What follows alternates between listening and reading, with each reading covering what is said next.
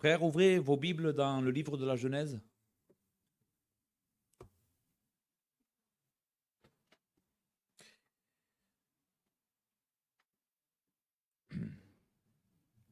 Nous allons faire une lecture dans le chapitre 2 et nous lirons les 3 premiers versets du chapitre 2. Il est écrit: Ainsi furent achevés les cieux et la terre et toute leur armée. Dieu acheva au 7e jour son œuvre qu'il avait faite. Et il se reposa au 7e jour de toute son œuvre qu'il avait faite. Dieu bénit le 7e jour et il le sanctifia, parce qu'en ce jour, il se reposa de toute son œuvre qu'il avait créée en la faisant. Amen. Mes frères et amis ici présents, ce matin, notre étude du livre de la Genèse que nous sommes en train de faire verset après verset va nous amener à considérer le thème dans les Écritures du jour du repos. Et vraiment, j'étais en train de, pendant que je méditais ce passage et que je réfléchissais à cet enseignement de la Bible, je me suis rendu compte à quel point cet enseignement est très important. En réalité, le jour du repos est crucial pour la vie chrétienne et vous allez comprendre pourquoi c'est tellement important. Et ce matin, je voudrais essayer de répondre à des questions au sujet du jour de repos. Et nous allons essayer d'y répondre ensemble, comme par exemple, qu'est-ce que c'est le jour du repos? Qu'est-ce que c'est? Est-ce que c'est un enseignement important pour nous maintenant, aujourd'hui? Une autre question qui peut-être est controversée et on ne sait pas trop comment y répondre, les chrétiens en tout cas ne savent pas comment trop y répondre, est-ce que c'est quelque chose d'important, le jour du repos, pour un chrétien? Devons-nous, nous, en tant que chrétiens, sauvés en Jésus-Christ, dans la Nouvelle Alliance, observer le jour du repos? Toutes ces questions, donc, sont très importantes et je voudrais dédier au moins 2 dimanches à y répondre. On va commencer à répondre ce matin et dimanche prochain, Dieu voulant, nous finirons de répondre à ces questions. Aujourd'hui, nous allons nous concentrer, encore une fois, sur le livre de la Genèse et voir ce que les premiers chapitres du livre de la Genèse nous enseignent au sujet du jour du repos. Et donc, dimanche prochain, nous verrons l'autre chose. J'ai 2 points à vous enseigner aujourd'hui à partir de ce passage. Mon premier point sera l'exemple de Dieu dans le jour du repos. Le deuxième point sera la nature du jour du repos, un jour béni et sanctifié. Mais avant cela, je voudrais prier le Seigneur pour que le Seigneur nous aide, moi à prêcher et vous à écouter et à comprendre. Notre Père, notre Dieu, Seigneur, nous voulons être révérents devant ta parole. Nous voulons, Seigneur, être dans la joie et en même temps être dans la crainte. Seigneur, car ces paroles ne sont pas les paroles d'un homme, ne sont pas les paroles, Seigneur, d'un enseignement humain. C'est ta parole. C'est la parole du Créateur, du Tout-Puissant. Cette parole, Seigneur, qui peut nous sauver, qui peut nous donner la vie par la connaissance de ton Fils Jésus-Christ. Je prie, Père, pour que tu nous aides, Seigneur, devant ta parole, à avoir ce cœur qui reçoit ta parole telle qu'elle est, comme la vérité, et que nous puissions être bénis par elle. Seigneur, glorifie ton nom. Au nom de Jésus, nous te demandons ces choses. Amen. Donc, premier point, l'exemple de Dieu dans le jour du repos. Frères et sœurs, jusqu'à présent, nous avons déjà parcouru les 6 premiers jours de la création. Et nous avons pu voir comment Dieu a déployé sa gloire, sa force, sa sagesse, sa toute-puissance pour créer à partir de rien tout un univers. Il n'y avait rien, Dieu a parlé et tout est venu à l'existence. Cet univers, Dieu l'a rempli et l'a peuplé de diverses créatures extraordinaires, d'une beauté en réalité que cette création a qui reflète sa gloire et sa sagesse. Au 6e jour, Dieu créa l'homme et la femme. Il les créa à son image. Et l'homme et la femme, nous avons vu à quel point ils sont le couronnement de la création de Dieu. Si toutes les choses que Dieu a créées sont glorieuses, les étoiles, le ciel, la mer, les animaux, etc., tout est magnifique, mais l'homme et la femme sont le couronnement de la création. Ils sont la création la plus glorieuse, celle qui porte son image d'une manière que rien d'autre ne la porte. Dieu va donc créer l'homme et la femme à son image et il va les placer dans le jardin d'Éden pour que l'homme et la femme puissent le représenter. L'homme et la femme sont censés glorifier Dieu en s'occupant de cette création que le Seigneur a placée sous leur autorité en la faisant fructifier et en la gardant. L'homme et la femme aussi ont le commandement de remplir la terre de l'image de Dieu à travers la procréation. L'homme devait se multiplier en ayant des enfants, et en ayant des enfants, l'image de Dieu qui est représentée par l'homme remplirait finalement toute la terre. Donc nous ne sommes pas n'importe qui. Tu n'es pas n'importe qui. Tu es l'image de Dieu. Maintenant, quand Dieu finit de faire toutes ces choses, à la fin du 6e jour, il y a un refrain, n'est-ce pas, qui est revenu à chaque fois, à chaque jour. Il y a comme un refrain dans ces premiers versets de la Bible, c'est « Et Dieu vit que cela était bon ». Et Dieu vit que cela était bon. Eh bien, écoutez comment le 6e jour finit.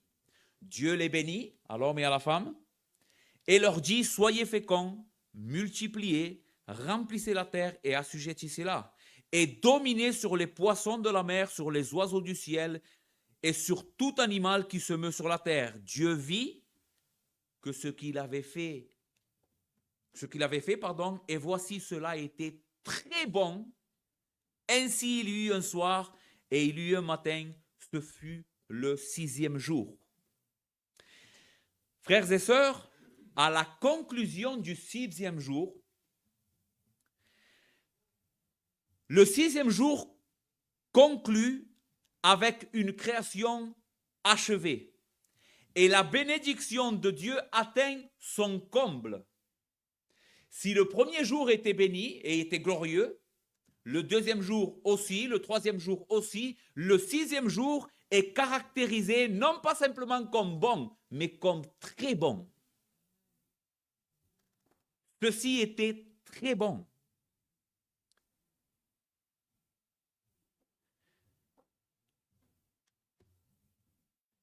Dieu regarde tout ce qu'il vient de faire et il est pleinement satisfait. Au travers de cette bénédiction que Dieu prononce sur la création, c'est comme si on pourrait entendre Dieu prononcer ces paroles. Il ne manque rien à ce que je viens de faire. Tout est parfait. Tout remplit parfaitement ce pourquoi je l'ai créé. C'est une grande bénédiction. Cela me satisfait et me remplit de joie. C'est Dieu qui dit ça. Frères et sœurs, le monde que Dieu a créé au début était un monde parfait, juste et glorieux. Dans tout l'univers, il n'y avait pas un seul endroit qui n'était pas rempli de gloire et de sainteté. Je veux que tu imagines ça. Imagine cela. Un univers totalement baigné dans la gloire, la sainteté, la beauté, la félicité, pas un seul péché, pas une seule marque du mal. On ne sait pas ce que c'est. Chaque créature visible et invisible, chaque élément de la création remplit pleinement le dessein pour lequel Dieu l'a fait. Rien ne va de travers. Comme nous l'avons dit à plusieurs reprises durant le cours de cette série de prédications, les frères et amis, Dieu n'est pas l'auteur du mal. Et nous soutenons avec force, avec toutes les forces de notre cœur, que le mal n'est pas éternel. Il a un commencement. Dieu seul est éternel et Dieu est bon.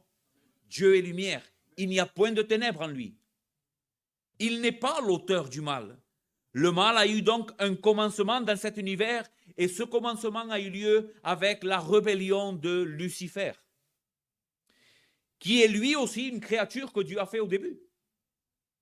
Dieu créa la sphère angélique et nous la verrons plus tard, quand Dieu créa les anges, les séraphins et tout ce qu'il y a dans le ciel, tous ces êtres créés dans le ciel, eh bien, au milieu de tous ces êtres glorieux, il y en avait un qui s'appelait Lucifer, qui veut dire lumbrera, lumière, porteur de lumière, c'est ça. Et Lucifer, au début, était aussi glorieux et saint. Mais la Bible enseigne, comme nous le verrons, que cet être spirituel va se rebeller et se pervertir pour devenir Satan, qui veut dire l'adversaire. Dans lequel maintenant, depuis ce moment-là, de cette rébellion, il n'y a plus aucune droiture en lui. Jésus dira de lui qu'il est le père du mensonge. Voilà d'où vient le péché, du cœur de cet être créé, qui s'est rebellé et qui, à cause de lui, et aussi en grande partie à cause de nous, le monde n'est plus ce qu'il est, ou ce qu'il a été.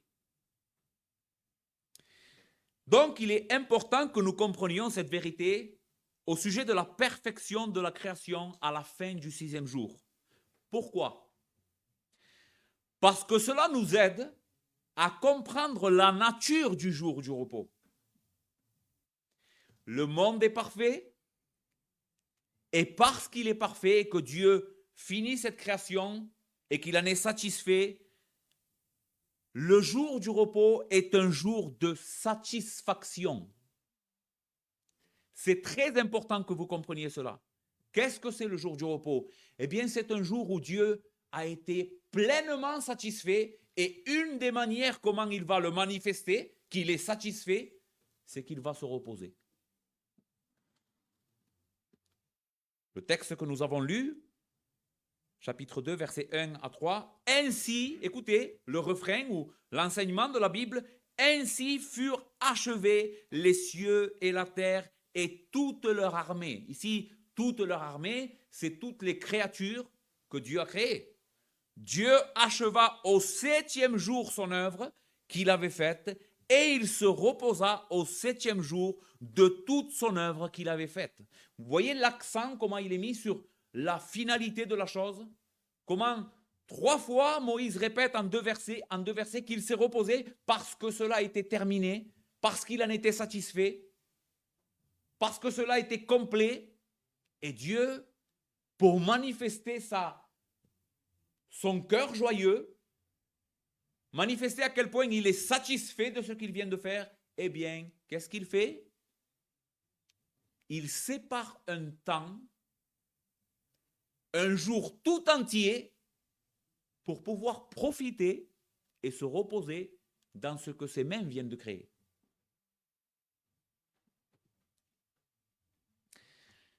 Au coucher du soleil, donc, du 6e jour, qui est en réalité le commencement du 7e, parce que les Juifs ne comptent pas les jours comme nous. Nous comptons les jours de minuit jusqu'à minuit, n'est-ce pas? Quand est-ce que nous passons de lundi à mardi? Eh bien, la nuit à minuit de lundi. C'est plus lundi, c'est mardi. Eh bien, les Juifs ne comptent pas les jours comme nous. Les Juifs comptent les jours à partir du coucher du soleil, ça passe à un autre jour. Donc, quand au coucher du soleil du 6e jour, nous sommes dans le 7e jour, Dieu se repose. Dieu regarde la terre, Dieu regarde les animaux, notre Seigneur regarde les étoiles, les arbres, les plantes, la mer, les rivières. Il jette un œil au jardin d'Éden. Il regarde Adam, il regarde Ève. Et tout cela fonctionne dans une parfaite harmonie et diversité. Mais la diversité n'est pas du désordre. Au contraire, le fait qu'il y a un homme et qu'il y a une femme, le fait qu'il y a plusieurs couleurs, ce n'est pas du désordre pour Dieu, mais en réalité, ça fait partie de l'harmonie de Dieu. Cet ordre qui reflète la gloire et la puissance de Dieu en réalité, et sa nature trinitaire.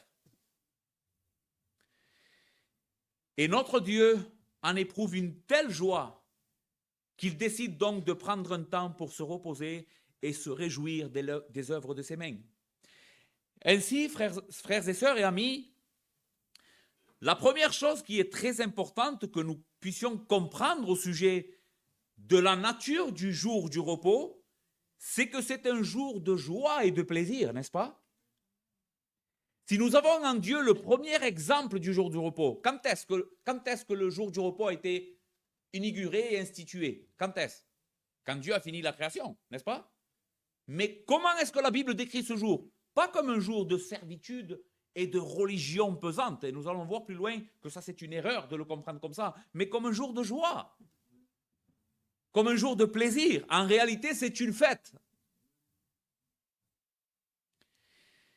Et à l'exemple de Dieu, Dieu va consacrer donc ce temps pour se réjouir de sa création, mais aussi et surtout pour partager une communion spéciale avec l'homme et la femme qu'il avait créés à son image.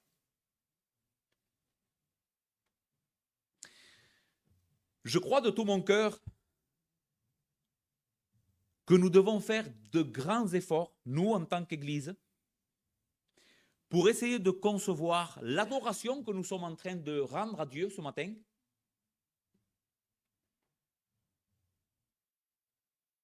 Et chaque dimanche, premièrement comme une célébration.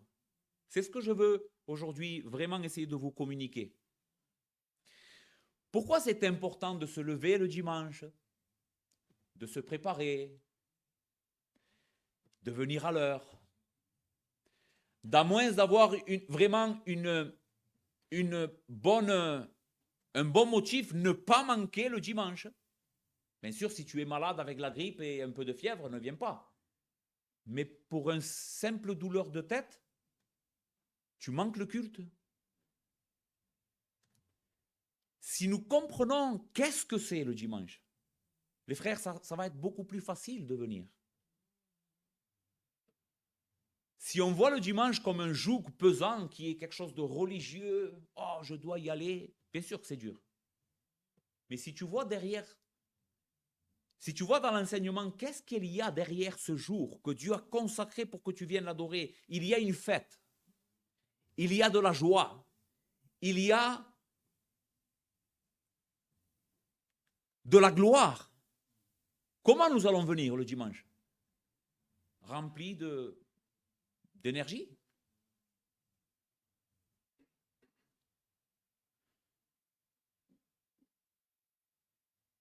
Donc c'est une célébration, un jour, les frères, où nous pouvons contempler et nous reposer dans l'œuvre que Dieu a faite de ses mains, la création. Mais pas que. Nous, en tant qu'Église du Seigneur Jésus-Christ, non simplement le dimanche, nous nous souvenons que Dieu est grand, que Dieu est fort, comme l'a prié la sœur, que Dieu nous a donné durant toute la semaine tout ce que nous avions besoin. Ça fait partie de la création, ça, n'est-ce pas?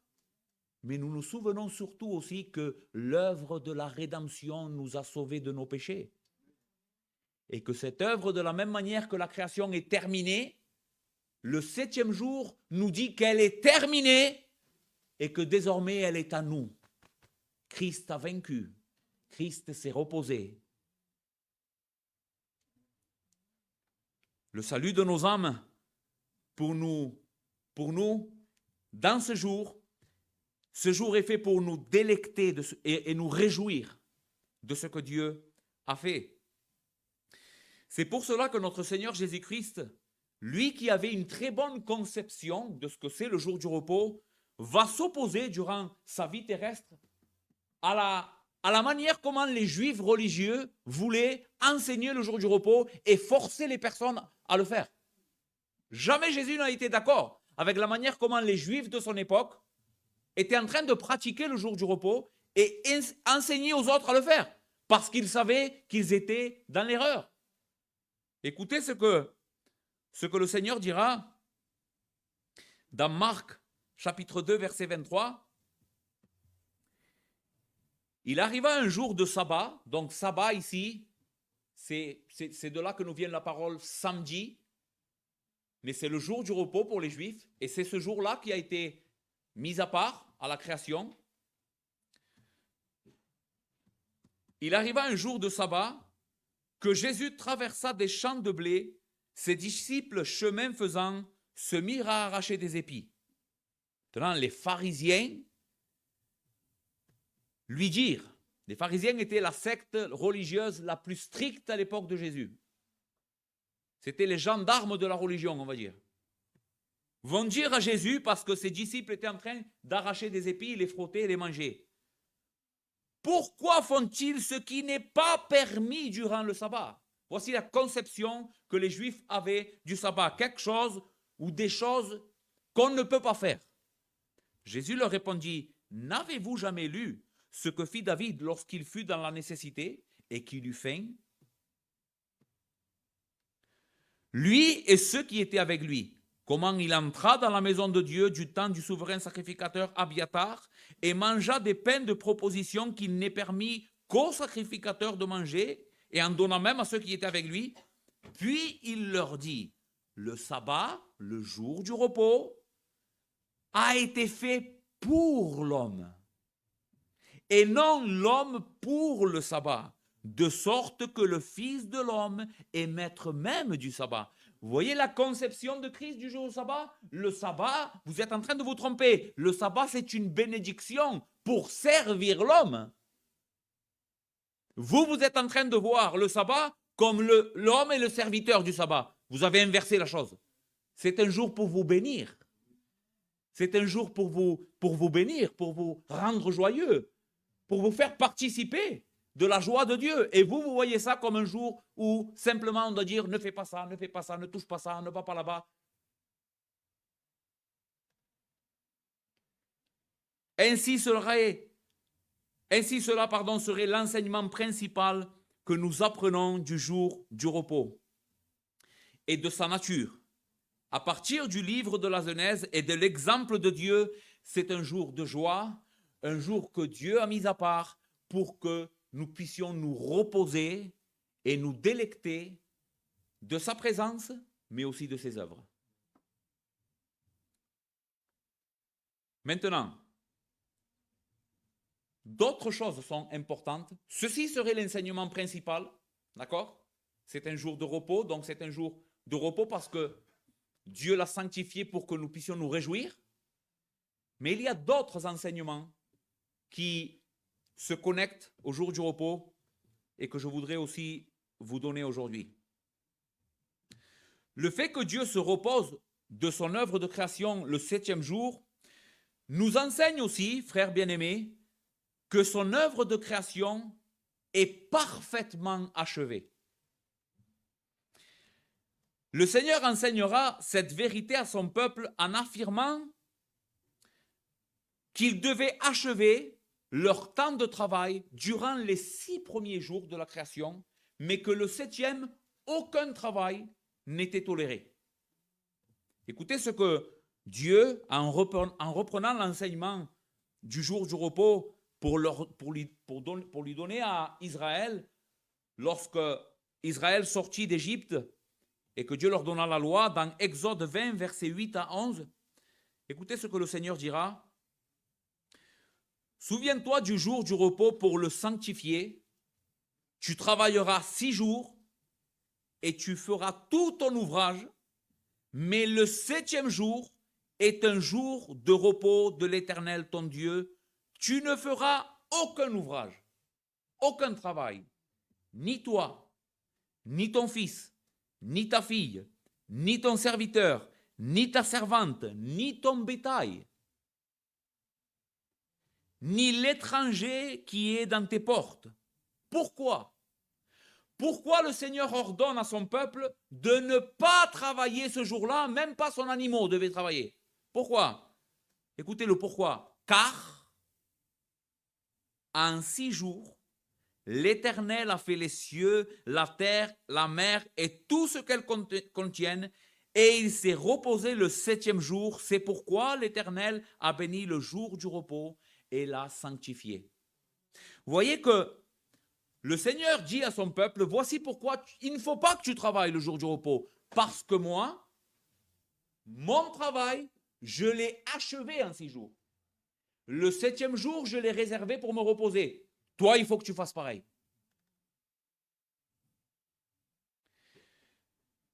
Ceci est important, entre autres choses, parce que la science moderne se trompe. Les grands cerveaux de l'humanité qui nient Dieu et qui nient justement ce que nous sommes en train de voir, que Dieu est le créateur du ciel et de la terre et qui a inventé plein de choses pour que les hommes se détournent de cette vérité, parce que maintenant on est très intelligent, on ne croit plus qu'on a été créé, on croit qu'on est venu à partir du Big Bang. Eh bien, la science se trompe. Les hommes pensent actuellement que l'univers est encore dans un état d'un certain développement. C'est comme pour la science aujourd'hui, l'univers n'est pas achevé. Il est en train de s'étendre, donc il est en train de continuer à se créer. Mais ça, c'est faux.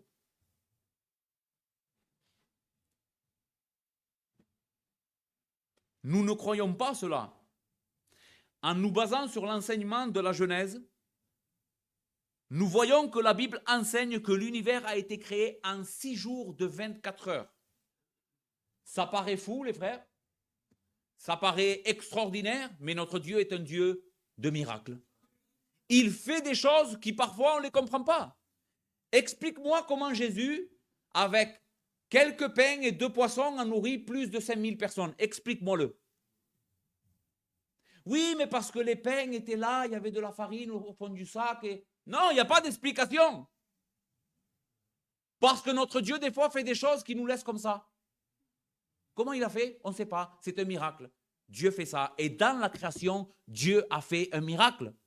En 6 jours de 24 heures, il a clôturé ce ciel, cette terre, les animaux et tout ce qu'on voit que même l'homme aujourd'hui n'est pas capable de comprendre dans sa totalité. Imagine.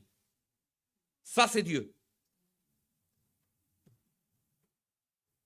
Donc nous croyons qu'en 6 jours de 24 heures, Dieu créa toutes les choses et qu'elles ont été parfaitement achevées. Ce que Dieu fait maintenant, c'est qu'il ne crée plus. Tu sais ce qu'il fait? Il soutient. Ça oui, il soutient sa création. Il gouverne sa création. Il est le roi de sa création. Dieu n'est pas le Dieu qui a créé, ensuite est parti de sa création. Non, non, non, non. Dieu est dans sa création, en dehors de sa création, il remplit tout en tout. Il est partout. Ça, c'est Dieu, encore une fois. Mais ce que Dieu fait désormais, c'est qu'il ne crée plus. La création a été finie le 16e jour. Aujourd'hui, Dieu règne et soutient la création. La Bible enseigne qu'un jour viendra où Dieu reprendra ce travail de création. Et tu sais pourquoi? Parce qu'il a promis de recréer une terre et un ciel nouveau. Ce jour-là, Dieu reprendra ses activités de créateur. Mais jusqu'à présent, Dieu ne crée plus. Dieu soutient. Dieu gouverne. Donc, qu'est-ce que nous enseigne le 7e jour du repos? Que Dieu a fini. Véritablement, la création a fini. Aussi, une autre chose que je voudrais vous enseigner au sujet du jour de la création, c'est que le jour du repos, c'est que ce jour préfigure la bénédiction éternelle que Dieu donnerait à Adam et à Ève s'ils demeuraient dans l'obéissance. Et ici, j'ai besoin de toute votre attention pour que vous compreniez cette chose. En d'autres mots, Dieu instaure un jour du repos pour montrer à l'homme que s'il obéit à l'alliance dans laquelle il se trouve avec lui, au jardin, en ne mangeant pas de l'arbre de la connaissance du bien et du mal, Dieu le ferait rentrer dans un état de gloire et de repos éternel duquel il ne pourrait plus jamais sortir. Je répète, qu'est-ce que c'est le jour du repos? Ou qu'est-ce qu'il préfigure? qu'est-ce qu'il était censé envoyer comme message à Adam et à Ève? Eh bien, ce jour de repos est une image, Adam, du repos que je te donnerai si tu obéis à ma voix.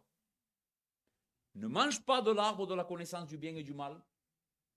Passe l'épreuve que je suis en train de te faire. Et si tu obéis, Adam, tu rentreras pour toujours dans un état de repos et de félicité que ce jour préfigure.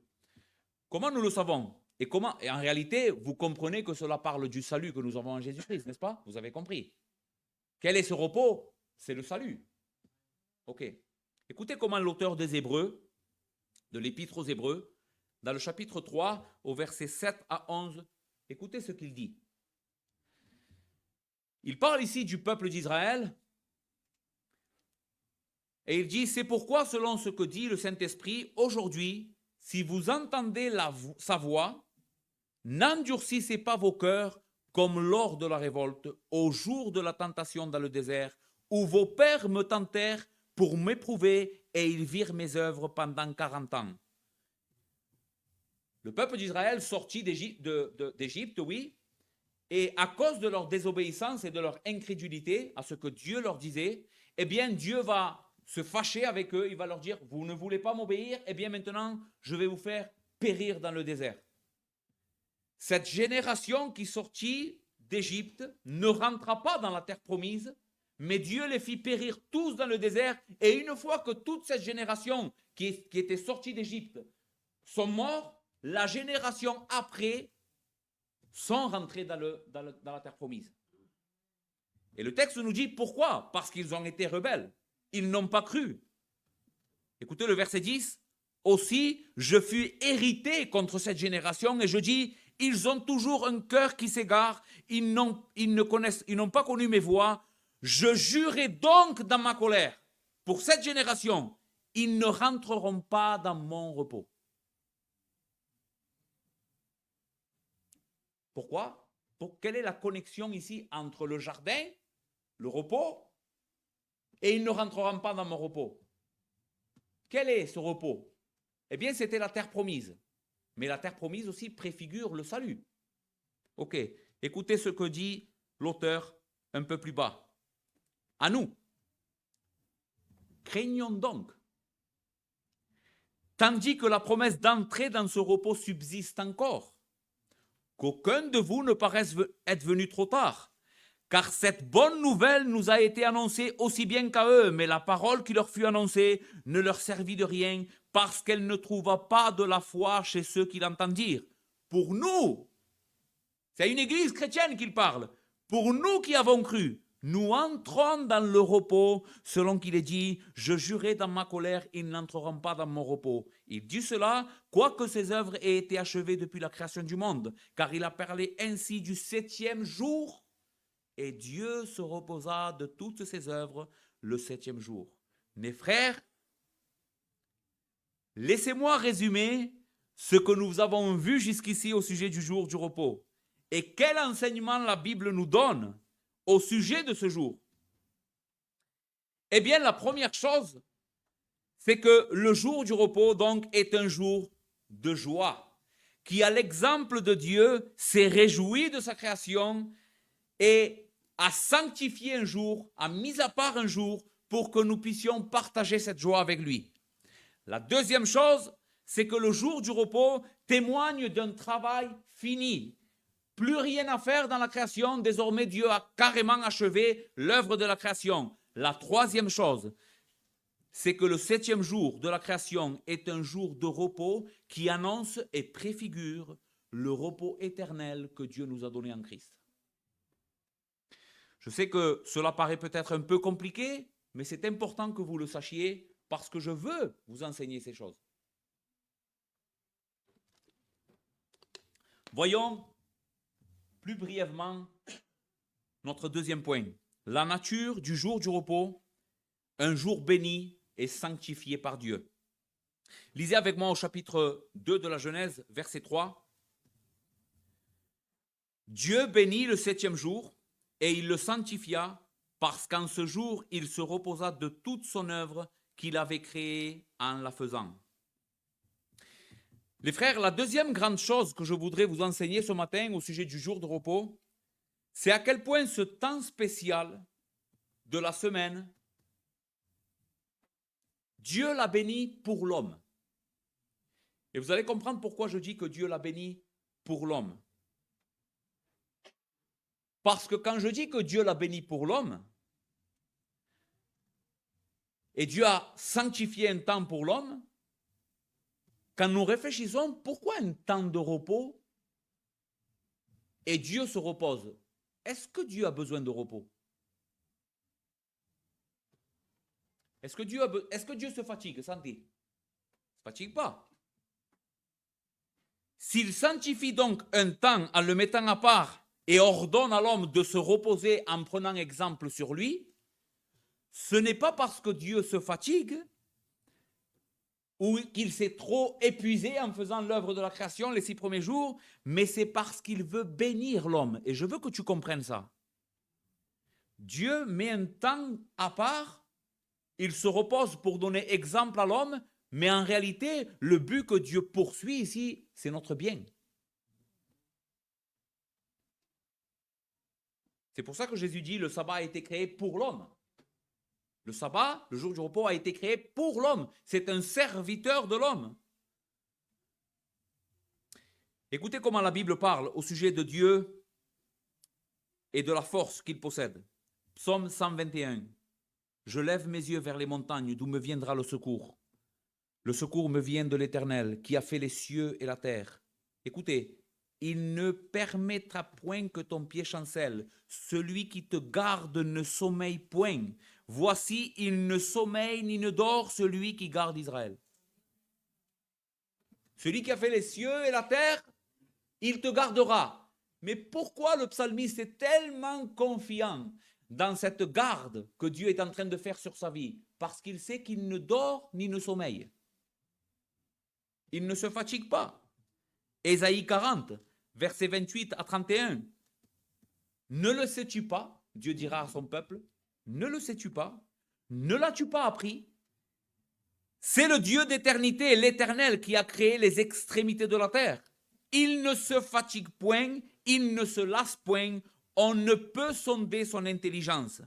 Il donne de la force à celui qui est fatigué et il augmente la vigueur de celui qui tombe en défaillance. Les adolescents, ceux qui ont 15-16 ans, qui sont pleins d'énergie, eh bien, même eux, ils se fatiguent et se lassent. Et les jeunes hommes chancellent, mais ceux qui se confient en l'Éternel renouvellent leur force. Dieu est une source d'énergie inépuisable, les frères. Inépuisable. Une source de force et de sécurité qui ne chancelle jamais.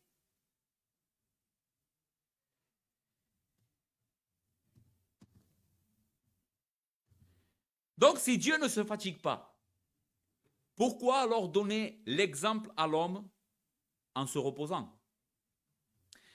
Parce qu'il cherche notre bonheur, parce qu'il nous aime et qu'il connaît, écoute bien, parce qu'il nous a fait, parce qu'il connaît parfaitement nos besoins physiques, moraux, spirituels.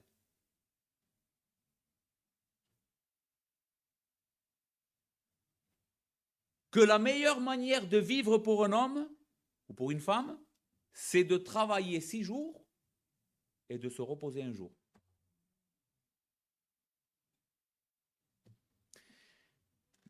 Tu as compris ça? Dieu nous a créés. Il sait comment on fonctionne.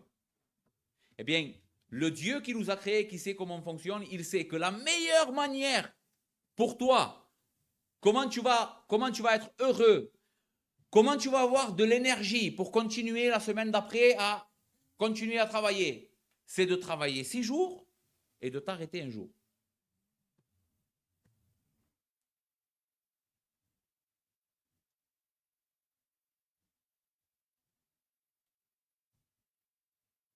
Il y a 2 paroles au verset 3 qui nous aident à comprendre la nature, encore une fois, et la fonction de ce jour dans la vie humaine. La Bible dit, Dieu bénit le 7e jour et il le sanctifia. C'est un jour béni et sanctifié. Maintenant, qu'est-ce que ça veut dire que Dieu a béni ce jour? Eh bien, si on veut comprendre qu'est-ce que ça veut dire que Dieu a béni ce jour, il faut le mettre à l'envers. Qu'est-ce que ça aurait été si Dieu maudirait ce jour? Réponds à cette question dans ton cœur. Qu'est-ce que ça veut dire maudire un jour? Eh bien, c'est que des choses négatives, n'est-ce pas? Le bénir, ça veut dire que Dieu réserve, écoutez bien, Dieu réserve des bénédictions spéciales pour ce jour-là. Dieu avait béni tout le reste de la semaine. Mais ce jour-là, spécifiquement, Dieu dit, il le bénit et il le sanctifia. La parole sanctifier ici, c'est un mot qui veut dire mettre à part. Un juif comprenait ce mot comme couper, faire alliance. Ça veut dire que Dieu a séparé le 7e jour de tous les restes des jours. Ce jour-là, Dieu l'a coupé du reste et il l'a mis à part pour le sanctifier. Maintenant, quand Dieu fait ça, ce qu'il est en train de faire avec ce qu'il sanctifie, c'est qu'il le sort de ce qui est commun. Il le sort de ce qui est banal, de ce qu'on fait tous les jours. Qu'est-ce qu'on fait tous les jours qui est commun? Bien, on travaille, on fait plein de choses communes à tous les jours. Ce jour-là, il est sanctifié. Il est hors du commun. Encore une fois, je vais vous mettre un exemple. Il y avait des objets qui servaient à l'adoration dans le sanctuaire, dans le temple. C'était des coupes, des fourchettes, des cuillères. Israël avait l'interdiction de se servir de ces objets d'adoration d'une façon commune. Le sacrificateur ne pouvait pas aller dans le temple, prendre la coupe ou les ustensiles qu'il y avait dans le temple pour servir l'Éternel et les amener chez lui pour faire manger. Il aurait péché gravement. Pourquoi? Qu'est-ce qu'avaient-ils ces objets si différents? Pas grand-chose, à part qu'ils étaient faits en or pur, mais c'était une fourchette, c'était un verre. La seule chose qui les séparait du reste, c'est que Dieu les avait sanctifiés pour un travail spécial. Il les avait séparés du reste du commun. Eh bien, Dieu a fait ça avec le 7e jour. Il l'a séparé et il l'a sanctifié. Le jour du repos est indispensable et nous devons faire des gros efforts pour essayer de mieux le comprendre et de mieux l'observer pour notre bénéfice, les frères. Souvenez-vous que Dieu ne retire aucun bénéfice ici. Est-ce que Dieu se fatigue? Non. Dieu ne se fatigue pas. C'est pour toi que Dieu t'a donné un jour de repos. C'est pour te bénir à toi. Et c'est dans la mesure où nous allons être obéissants en comprenant ce que Dieu nous enseigne dans sa parole et dire, Seigneur, je comprends que le dimanche, je ne dois pas le voir ça comme quelque chose de pesant, mais tu me bénis, Seigneur. Je veux travailler 6 jours, m'arrêter un jour pour t'adorer, ne pas travailler, me réjouir de la création. On le verra dimanche prochain, parce que dimanche prochain, je veux parler de comment le garder. Comment garder le jour du repos. D'accord? Et nous allons voir aussi comment il est passé du samedi au dimanche dans la Nouvelle Alliance. Mais ce que j'ai voulu vous enseigner aujourd'hui, c'est voir le jour du repos, non pas comme quelque chose de pesant, mais comme un don de Dieu, comme une grâce que Dieu t'a fait, pour ton bien. Je finis avec une exhortation aux pécheurs, aujourd'hui, qui sont au milieu de nous, et des personnes qui peut-être ne connaissent pas Christ, et ne savent pas si vraiment ils sont dans cette alliance avec Dieu.